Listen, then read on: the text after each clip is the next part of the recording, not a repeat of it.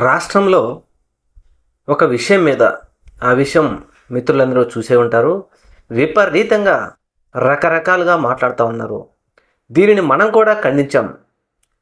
సాక్షి టీవీలో ఒక ప్యానలిస్ట్ ఆ విషయం ఏమి సాక్షి టీవీ అభిప్రాయం కాదు, లేకపోతే జగన్మోహన్ రెడ్డి గారి అభిప్రాయం కాదు, లేకపోతే జగన్మోహన్ రెడ్డి గారి కార్యకర్తలు అభిమానులు నాయకుల అభిప్రాయం కాదు. ఒక ప్యానలిస్ట్ మాట్లాడిన మాటలు అవి. దానికి ఆయన కూడా పశ్చాత్తాపడుతూ క్షమాపణ చెప్పాడు. ఆయనతో పాటు సాక్షి యాజమాన్యంతో పాటు సాక్షి టీవీలో పనిచేసే జర్నలిస్టులు కూడా వాళ్ళు సరే ఏదేం జరిగినా ఇది తప్పు అంటూ వాళ్ళు కూడా క్షమాపణ చెప్పారు. సరే తప్పు జరిగిపోయింది, వాళ్ళు క్షమాపణ చెప్పారు. దీనిని ఒక నిమిషం పక్కన పెడితే ఎప్పుడో సంవత్సరాల క్రితమో, నెలల క్రితమో, రోజుల క్రితమో, గంటల క్రితమో పక్కన పెడితే ఈ విషయం మాట్లాడిన తర్వాత ఏ విధంగా మహిళలను కూడా చూడకుండా దుమ్మెత్తిపోస్తున్నారు.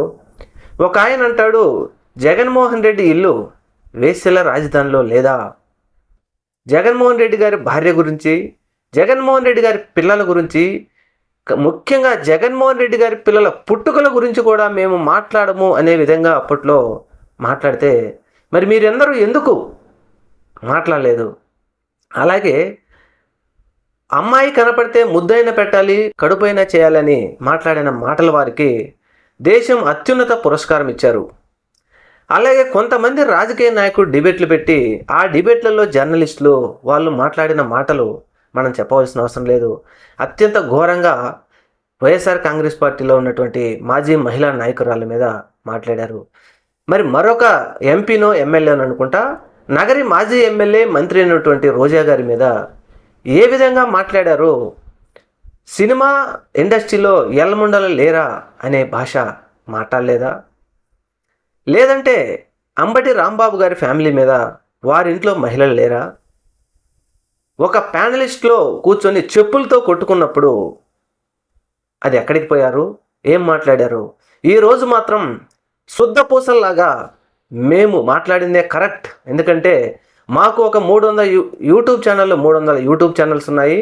అలాగే మెయిన్ స్ట్రీమ్ మీడియా పత్రికలు మా చేతుల్లో ఉన్నాయి కాబట్టి విపరీతంగా మేము ప్రచారం చేస్తామంటూ అసలు ధర్నాలు లేకపోతే ఇంకొకటో ఎక్స్వైడ్ చేస్తూ ఉన్నారంటే జగన్మోహన్ రెడ్డి గారిని ముఖ్యమంత్రిగా ఉన్నప్పుడు బోషడీకే అని మాట్లాడినప్పుడు మరి ఇటువంటి మాటలన్నీ మాట్లాడవచ్చా?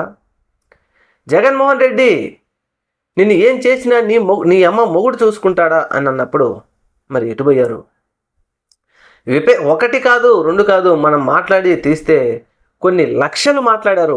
ఆ రోజు ఎవరైనా వాస్తవమే, ఎందుకంటే రాష్ట్ర ప్రజలు కూడా ఇదేంటిది ఒక ముఖ్యమంత్రి గారి మీద ఈ విధంగా డిబేట్లు పెడుతున్నారు, ఇది పద్ధతి కాదు కదా అనే ఉద్దేశంతో ప్రజలు కూడా ఆలోచించలేదు. ఆ విధంగా మాట్లాడినప్పుడు మరి ఎక్కడున్నారు వీళ్ళందరూ? ఆ రోజు కూడా నిజమే. ఈరోజు సాక్షిలో పనిచేస్తున్నటువంటి జర్నలిస్ట్ మిత్రులందరూ వారిని మెచ్చుకోవాలి. ఎందుకంటే ఒక తప్పు జరిగింది కాబట్టి క్షమాపణ మా దగ్గర జరగపోయినప్పటికీ అసలు సాక్షి మీడియాకు, జగన్మోహన్ రెడ్డికి, సాక్షి యాజమాన్యానికి ఏం సంబంధం? ఒక ప్యానలిస్టు అత్యుత్సాహంతోనో లేకపోతే ఏదో ఒకటి మాట్లాడేశారు, అది ముమ్మాటికి పొరపాటే, దానిని ఎవరమో ఖండించం. అలాంటి మాటలు అసలు మాట్లాడకూడదు, అది మరి తప్పని చెప్పినప్పటికీ వాళ్ళు క్షమాపణ కోరినప్పుడు ఇటువంటి మాటలు అప్పట్లో మంత్రి గారి మీద, మహిళా మంత్రుల మీద మేము కడ్రాయర్లు పంపిస్తున్నాం అని మాట్లాడినప్పుడు, మాజీ ముఖ్యమంత్రి గారి సతీమణి గారి మీద మాట్లాడినప్పుడు ఎక్కడ దాక్కున్నారు మీరందరూ, ఏ గూట్లో దాక్కున్నారు అని ఇప్పుడు ప్రతి ఒక్కరూ ప్రశ్నిస్తూ ఉన్నారు.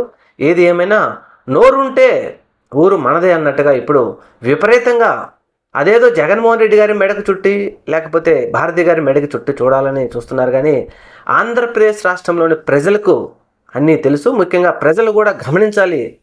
ఇలాంటి చిన్న చిన్న తప్పు అని వాళ్ళు ఒప్పుకున్నప్పుడు కాదు ఇదే పదే ఎన్నో రోజులుగా దీన్ని వీళ్ళు ఈ విధంగా ప్రచారం చేస్తూ ఉన్నారంటే రాష్ట్రంలో ప్రజా పరిపాలన చేయకుండా ఇటువంటి వాటి మీద దృష్టి సారిస్తూనే ఉంది ఇప్పటి అధికార పార్టీ.